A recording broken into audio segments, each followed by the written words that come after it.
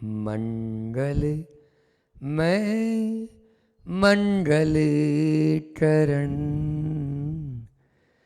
वीतराग विज्ञान नमो ताहि जाते भय अरहंतादि महान जो विद्यादि सागर सुधी जो विद्यादि सागर सुधी गुरु हैं हितेशी शुद्धात्म में निरत नित्य हितोपदेशी वे पाप ग्रीष्म ऋतु में जल हैं सयाने पूजूं उन्हें सतत केवल ज्ञान पाने वंदू उन्हें सतत केवल ज्ञान पाने।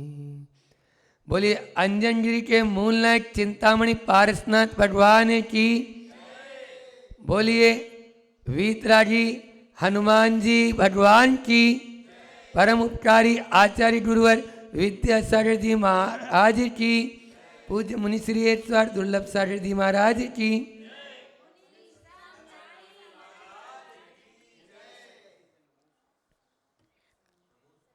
कल की बात को अपन आगे बढ़ाते हैं। पहले थोड़ा सा रिपीट कर लें क्योंकि नए नए लोग हैं यहाँ तो। क्षेत्र पर जब भी रुकते हैं, अभी 52 गजा चातुर्मास किया तो वहाँ प्रतिदिन नए लोग आते थे जो वैयाव्रती का लाभ ले रहे हैं, छोटे वाले हैं तो वो अलग बात है। बाकी प्रतिदिन नए नए लोगों का वहाँ पर आगमन होता है। यहाँ पर भी यही कि क्षेत्र पर जो है हम आते हैं, दर्शन करते हैं। अभी भी आप लोगों ने पहाड़ पर वंदना की तो कितना आनंद आया होगा, बोलो। नहीं तो ऐसे ही चले जाते ना।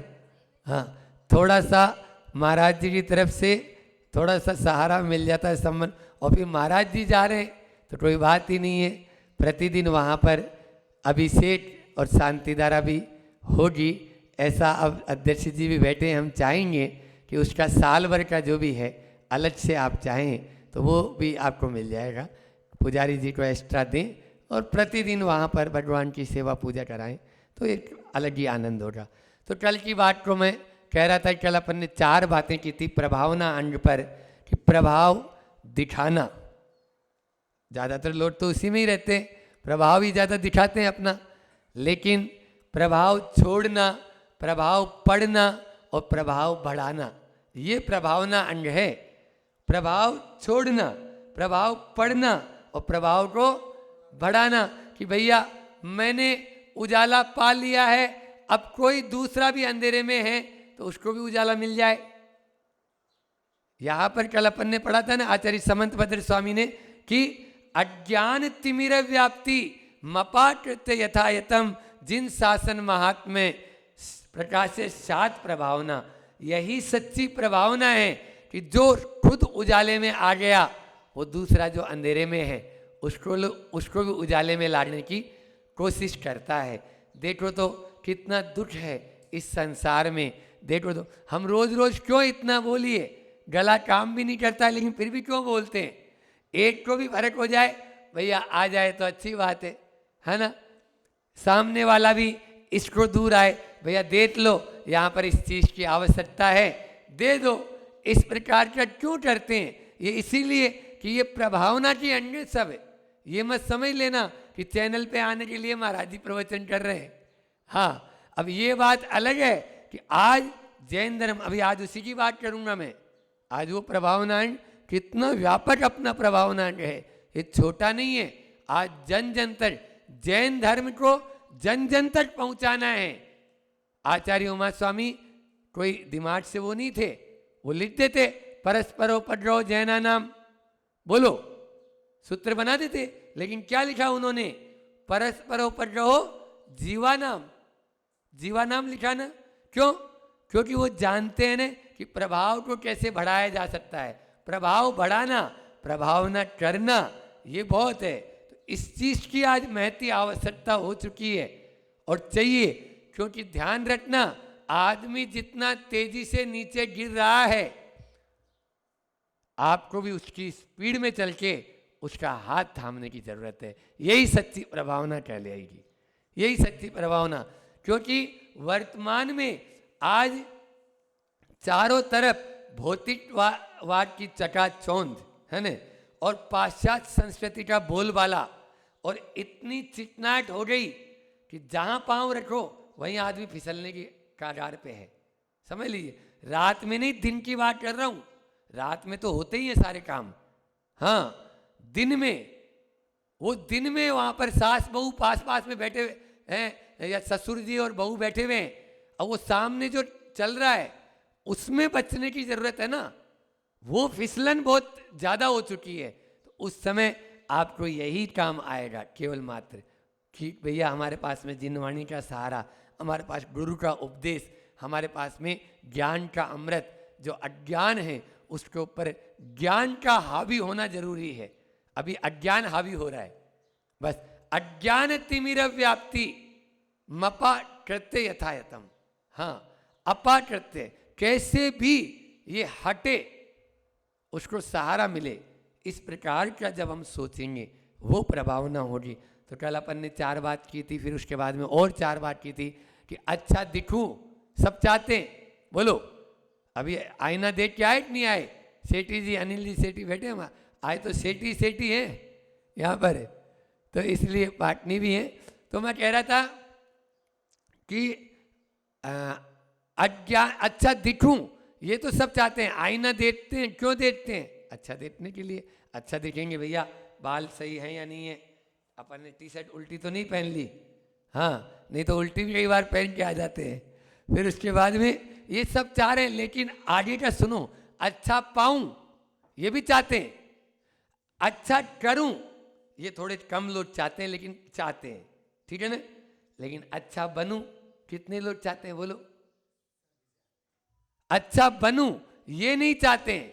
हाँ, बड़ा आदमी तो बनना चाहता है, भला आदमी नहीं बनना चाहता। सभी चाहते हैं, उसके अंदर ही बोल रहा हूं, सुन लो। बड़ा आदमी बनूं ये सब चाहेंगे, मुझे जो है ना खूब अपना धन दौलत ऐश्वर्य वैभव खूब हो जाए, लेकिन मैं भला आदमी बन जाऊं। आज हमारा जन्म दिवस है तो हम कुछ त्याग कर दें, है ना। आज हमारी शादी की सालगिरह है तो चलो 1 साल के लिए हम एक नियम निभालें, ये भला आदमी बनने के लिए है। और इसी को देखकर दूसरा आदमी भी आपके साथ हो जाएगा। यही तो प्रभावना है, और अलग से कोई प्रभावना की जरूरत नहीं।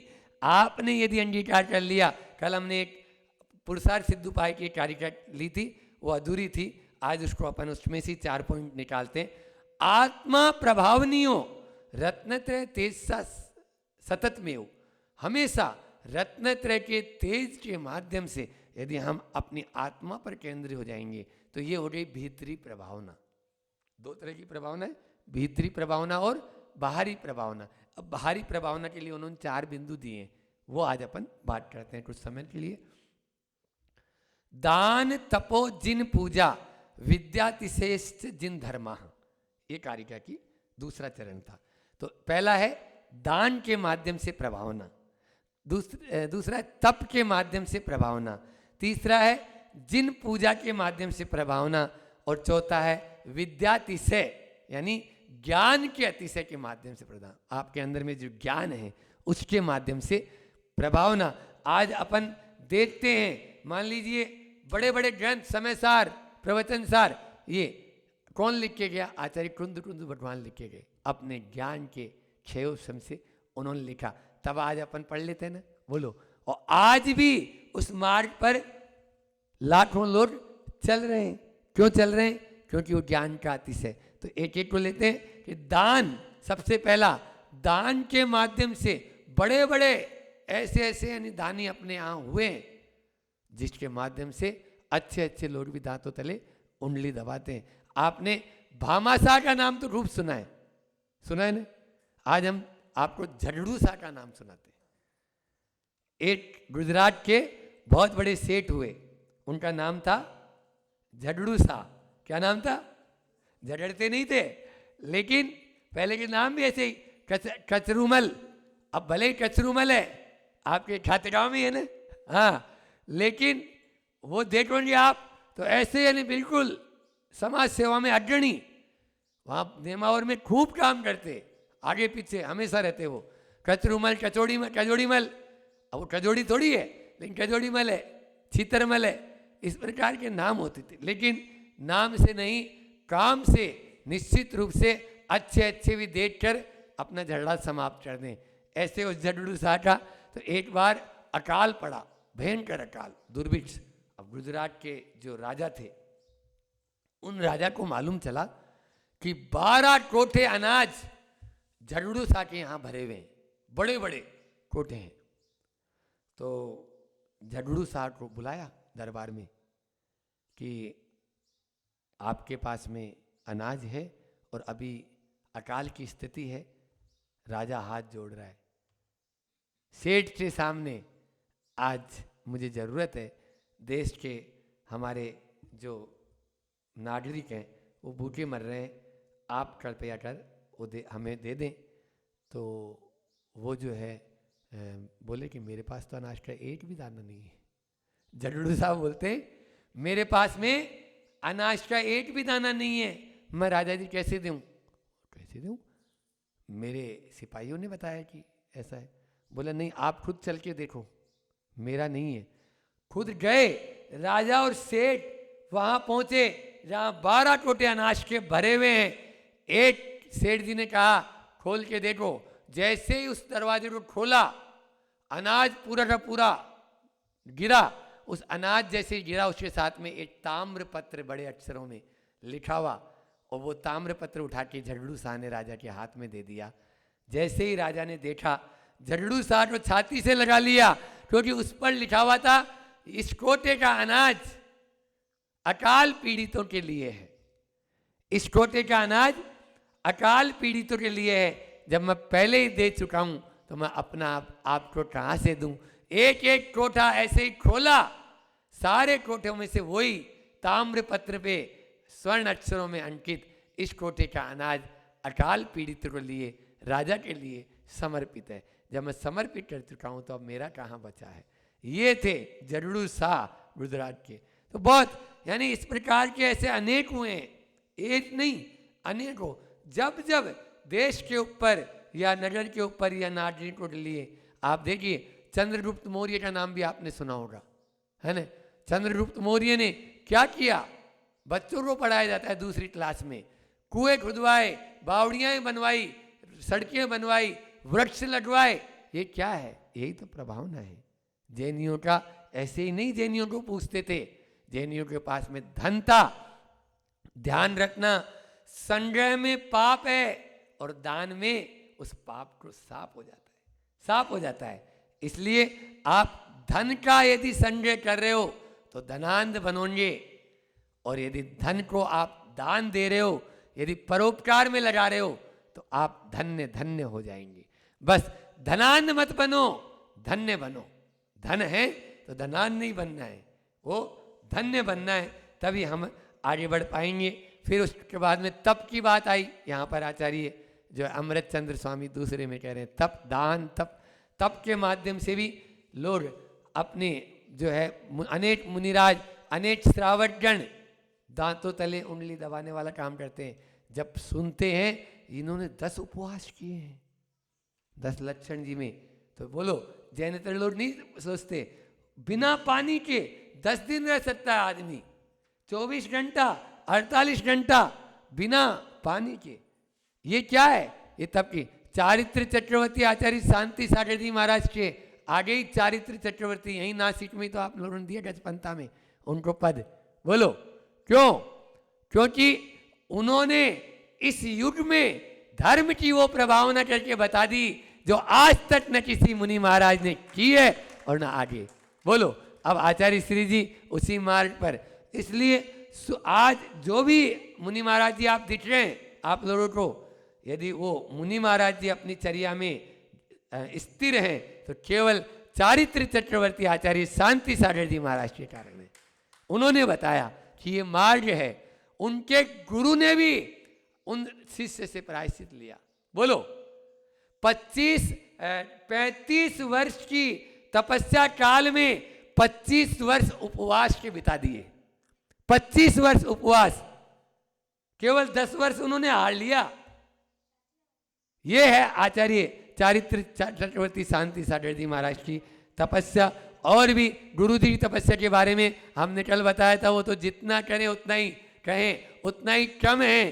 कल उनका एक दुआ है जो तप की प्रभावना कैसे कर सकते हैं कि तन मिला, मेरा प्रिय दुआ है, तन मिला तुम तप करो, करो कर्म का नाश, और रवि शशि से भी ज्यादा है तुम में दिव्य प्रकाश। उसी बल इसी दोहे को याद करके मैं रोज पहाड़ पर चढ़ता हूँ और रोज शाम को वहाँ आपकी प्राचीन प्रतिमा के दर्शन करने का भाव किया कि नहीं, उस प्रतिमा का जिसका अतिशय ऐसा है जो उठ नहीं पा रही है, जिसको हिलाने के लिए कई लोग आए और चले गए, वो प्रतिमा देखते ही कल भी शाम को वहाँ गया, आराम से वहाँ थोड़ी देर बैठा। मैंने बोला इनके सामने, क्यों नहीं, पास ही में तो है, 1 किलोमीटर जाना है, चलो प्रभु के दर्शन करेंगे। और मैं जाता हूँ तो मेरे साथ में और भी 10 लोग चले जाते हैं, और अच्छी बात है ये तो इस प्रकार से हमें इन क्षेत्रों का तभी ही संरक्षण होगा। चारित्र चक्रवर्ती शांति सागर जी महाराज का एक संस्मरण सुनाता हूँ। दिल्ली में जब वो गए तो लाल किला के पास में सामने जाके खड़े हो गए, ए फोटो खींच मेरी, बोलते हो खुद। चौराहे पे गए, फोटोग्राफर फोटो खींच रहा है, काहे के लिए फोटो खिंचवाई थी? आज वो फोटो में अभी जब इन्होंने बताया, बोलो वो मुनिराज तो चले गए, लेकिन आप कह सकते हो कि अंजनगिरी में जो है यहाँ पर मुनिराज भी रहते थे। और ये देख लीजिए आप, उनका सबूत है। आप फाइल बता रहे थे अभी मुझे पाटनी जी, तो उसमें वो उनको सोच नहीं था, लेकिन आपके लिए वो एक सबूत हो गया। समझ में आ रहा है? तो इस प्रकार की प्रभावना होती है। फिर जिन पूजा, तीसरा जिन पूजा के माध्यम से भी खूब आप जो है कर सकते हैं। बड़े बड़े अभिषेक है न, सहस्त्र नाम की शांति धारा अभी पूर्णिमा को आप लोगों ने किया, बोलो तो इतने लोग आए कि नहीं आए? लोग अपना आप ही यानी जो उमड़ते हैं बड़ी बड़ी पूजाओं के माध्यम से। अभी भी चाह रहे हैं यहाँ पे कि हम भी वहाँ पर क्षेत्र है तो भैया कोई विधान कर लेंगे, आओ कोई बात नहीं है उनकी तरफ से। तो इस प्रकार से लोग अपना आप ही, पूरा परिवार भी एकत्रित हो जाता है इस निमित्त से। वो परिवार यहाँ पर रहेगा, 10 दिन प्रभावना होगी, वो खुद भी लाभ ले रहा है और उसके माध्यम से सैकड़ों लोग लाभ ले लेते हैं, हजारों लोग लाभ ले लेते हैं। तो विधान अनुष्ठान आदि करके भी हम अपने इस विधि के विधान को परिवर्तित कर सकते हैं। और ज्ञान के माध्यम से, जैसा मैंने बोला कि बड़े बड़े पहले शास्त्रार्थ भी होते थे पवन भैया, अब तो बंद हो गया। पहले डिबेट होती थी ब्राह्मणों में और जैनियों में, वो अपने शास्त्रों के रेफरेंस रखते थे और अपने लोग अपने शास्त्रों के रेफरेंस। एक दिन नहीं, कई मतलब यानी हो जाते थे, महीनों तक चलती थी वो डिबेट। हाँ, 6 महीने तक बता रहा है ऋषभ। तो ये तो इनके माध्यम से जब पांव उखड़ने लगते थे तब देखते थे भैया जैनियों के सामने अब हम टिक नहीं सकते थे। और वो लोग भी मानते थे कि जैन धर्म से बढ़कर इस दुनिया में कोई धर्म नहीं है और जैन दर्शन से बढ़कर कोई दर्शन नहीं है। 6 दर्शन होते हैं ना, उनमें 6 दर्शन में जैन दर्शन से बढ़कर अच्छे आज भी जो पढ़ा लिखा है ना, थोड़ा बहुत ही पढ़ा लिखा है, वो लोग क्यों आते हैं और क्यों नतमस्तक हो जाते हैं? भैया ऐसी तपस्या, ऐसा ज्ञान, ऐसा दर्शन भूतो न भविष्यति कहीं है ही नहीं ना। अपन भी तो देखते हैं, और जहाँ पर राग होगा वहाँ है ही नहीं। जहाँ वीत रागता है उसी की सच्ची प्रभावना हो सकती है। तो मैं बोल रहा था टेक्नोलॉजी के इस एडवांस युग में आप लोगों को लाभ लेना चाहिए। आज वर्तमान में हम लोग एक छोटी सी बात को, गलत बात को कितना प्रचारित कर देते हैं। अच्छी बात को करो ना आप। आज पाठशालाएं चल रही है, इसके माध्यम से जो है ना ऑनलाइन, आज और अन्य चल रही है। अब ये बताओ, अभी कोरोना हुआ या अभी भी जो ऑनलाइन क्लासेस चलती है, वो पढ़ते हो कि नहीं पढ़ते हो? फिर धर्म क्यों नहीं पढ़ सकते हैं? आज 7 समुद्र पार आपका धर्म चला गया किस बूते पर? बोलो ना, क्या महाराज जी वहां जा सकते थे? लेकिन ये सामने जिनवाणी चैनल वाला खड़ा है, इसने पहुंचा दिया वहां तक। क्या आपने कभी सोचा ये द्रव्य दाता ऐसे नहीं चल रहा है, ये चाहे जिनवाणी वाला हो, चाहे पारस वाला, चाहे आदिनाथ वाला, चाहे कोई भी हो, ऐसे नहीं चल रहा है। इसके लिए एक फंड होता है, और वो फंड देने वाला, कभी आपने सोचा कि आज उनको फोन कर दे भैया, एक फोन कर दे भैया, आपकी तरफ से दोनों महाराज जी के प्रवचन जन जन तक पहुंच रहे हैं और लाखों लोगों से में परिवर्तन आ रहा है। कभी सोचा आपने उस व्यक्ति को, कभी इन चैनल वालों को कि आज अपन धन्यवाद दे दें? कभी मान लीजिए कोई चीज़ बट रही है, कोई साहित्य, कोई मुनिमा, अभी मैंने वहाँ मंदिर में बैठ के शांतिधारा करवा रहा था, तो 3 फोल्डर मेरे पास में, मैंने क्यों मंगवाए? इसीलिए मंगवाए कि देखो वो मुनि महाराज जी तो चलो यहाँ पर चातुर्मासिया जो भी किए वो चले गए, लेकिन जो उनके द्वारा जो एक अच्छी बात लिखी हुई थी वो जन जन तक पहुँचे। कभी सोचा आपने इस विषय में? ये बात अपने मन में आएगी, आज इसका उपयोग होना चाहिए। मैं तो कह रहा हूँ आपके उस शैतान की डब्बी को आप उसको भगवान की डब्बी भी बना सकते हो। वो जो जेब में रखती है ना, महिलाएं और पुरुष सब रखते हैं, हाँ, उसमें आप ऐसी ऐसी जानकारी उसके माध्यम से, धर्म की प्रभावना के माध्यम से बता सकते हैं। हम लोगों को भी बता सकते हैं कि महाराज जी आज ये था, और उसमें नई जानकारी लाके बहुत सारे लोग देते हैं।